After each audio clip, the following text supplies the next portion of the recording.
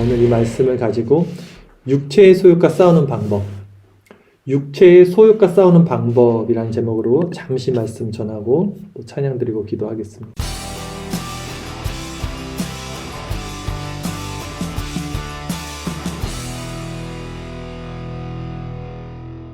많은 사람들이 육체의 소욕과 성령의 소욕이 대적하는 것에 대해서 좀 오해를 하고 있는 것 같아요. 잘 모르고 있는 것 같아요. 그래서 오늘은 이 부분에 대해서 한번 말씀을 드려보려고 합니다. 자, 육체의 소욕과 성령의 소욕은 대적하잖아요. 중요한 거는 이 싸움의 주체가 누구냐는 거예요. 육체의 소욕과 성령의 소욕이 이렇게 대적하면 싸우는데 우리는 내가 싸우는 주체로 생각을 많이 해요. 자연스럽게 내가 육체의 소욕과 싸우는 그 주체가 나라고 생각하는데 오늘 이 본문을 잘 보면요, 주체는 내가 아니라 성령이에요.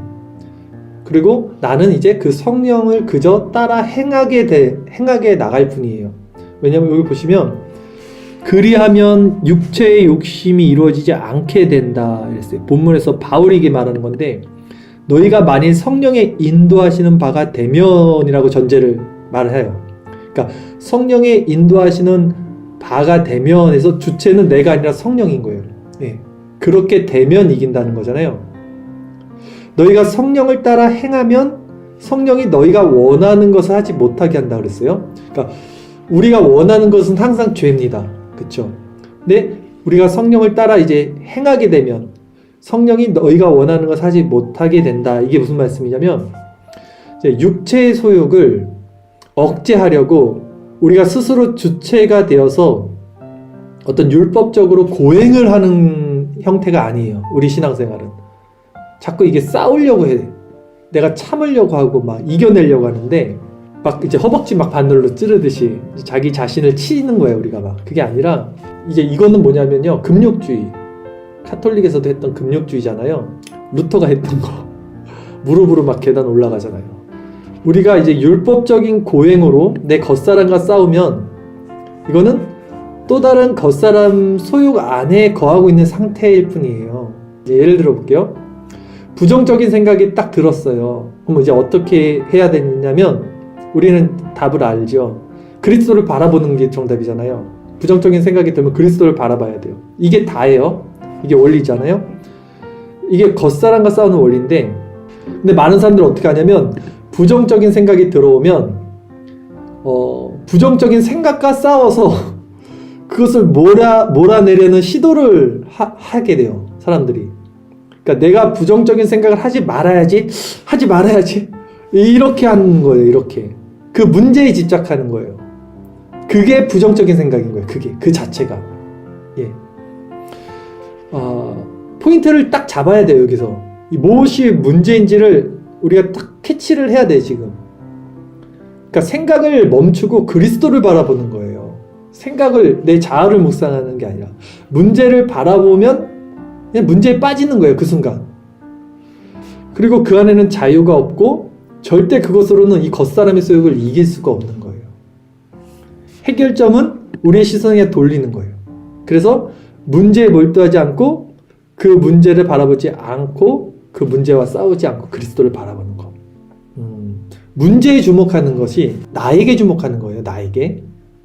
그러니까 성경은 뭘 얘기하냐면 우리에게 세상이 보이지 않고 나도 보이지 않고 구속한 주만 보여야 되는 거예요. 우리가. 그러니까 세상과 나는 관계도 없고 구속한 주만 보여야 되는 거죠. 그러니까 그리스도를 바라볼 때 문제 자체가 사라지고 나도 사라지고 세상도 사라지고 이 상태가 일어나야 돼요. 다시 한번 말씀드리지만 속사람의 원리는 이 겉사람, 에고, 내 자아와 싸우는 것이 아니에요. 그것을 묵상하는 게 아니에요. 아, 내가 왜 이렇게 했지? 이런 식으로 가는 게 아니라 그리스도를 그냥 바라봄으로써 이전 상태, 즉 겉사람의 상태에서 완전히 변화되는 거예요. 네, 본질이 그냥 바뀌어버리는 거예요. 한순간. 그래서 그리스도를 묵상한다는 것은 어떤 느낌이냐면 제가 수요일도 잠깐 말씀드렸듯이 마치 호흡이랑 비슷해요. 호흡하는 거랑. 그러니까 그리스도를 바라본다는 것은 숨 쉬듯이 자연스럽게 하나가 되는 거예요. 그분 안에서. 그러니까 우리가 숨 쉴 때 1분에 몇 번 숨 쉬어야지 이거 하면서 숨 안 쉬듯이 마찬가지로 그리스도를 바라본다는 것은 내가 그리스도를 바라봐야지 이제 이런 차원이 아니라 자연스럽게 그냥 호흡과 같이 그분 안에서 합해지는 이제 상태인데 이게 어떤 느낌이냐면 옛날에 이제 영화 중에 닮아야 놀자라는 영화 있었어요. 코미디 영화. 그 생각나는 장면이 있는데 독 보셨어요? 독이 깨졌어요. 근데 물을 부어서 그걸 채우라 그랬어요. 그게 미션이에요. 사람들이 막 아무리 해도 깨져서 그것이 안 채워지는 거야. 근데 깨달으면 어떤 사람이 딱 깨달으면 없고 걔를 그냥 큰 그 시냇가 깊은 곳에다 던져버렸어. 통째로. 그러니까 당연히 이제 물이 차지죠. 그러니까 그리스도를 바라본다는 게 사실 이거랑 굉장히 밀접해요. 그러니까 깨진 독은 우리고 그 물은 그리스도인데 그리스도 안으로 그냥 함몰돼 들어가는 거예요. 그럼 이 제 부패성이 아예 그 안에서 사라져 버리는 거예요. 내가 그냥 사라져 버리는 거야. 물 안으로. 내 존재가 사라지는 거예요. 근데 내 존재가 사라지지 않고 그 항아리가 주체가 돼 있으면 무슨 물을 아무리 부어도 밑 빠지는 독이 돼요. 불교에 나오는 영화지만 비슷해요, 진짜. 그 진리가 보면 그리스도를 바라본다는 거는 하나가 되는 거예요. 그리스도 안으로 들어간다는 거. 예. 세상과 나도 간 곳 없어진다는 거. 그렇게 되기 위해서는 우리가 할 수 있는 것은 은혜의 방편. 오직 은혜의 수단인 말씀을 계속해서 받아야 돼요. 이것을 사용해야 돼요. 신앙생활은 이걸 추구하는 거예요. 네. 이걸 추구하는 거예요, 이거를. 그래서 제가 지금 말씀드린 게 성화고, 사실 성화는 어떤 그 제 각성의 단계를 넘어서 이제 중생과 회심 이후에 일어나는 것으로 우리가 이제 봐야 되고, 결국 이런 말씀은 이제 그런 죄각성이 일어나는 후에 적용이 되는 거예요.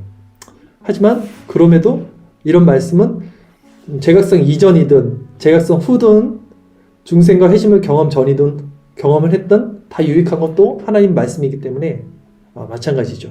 그래서 우리는 그리스도를 바라본다는 것이 무엇인지를 성령을 통해서 이 시간 구하며 나갔으면 좋겠어요.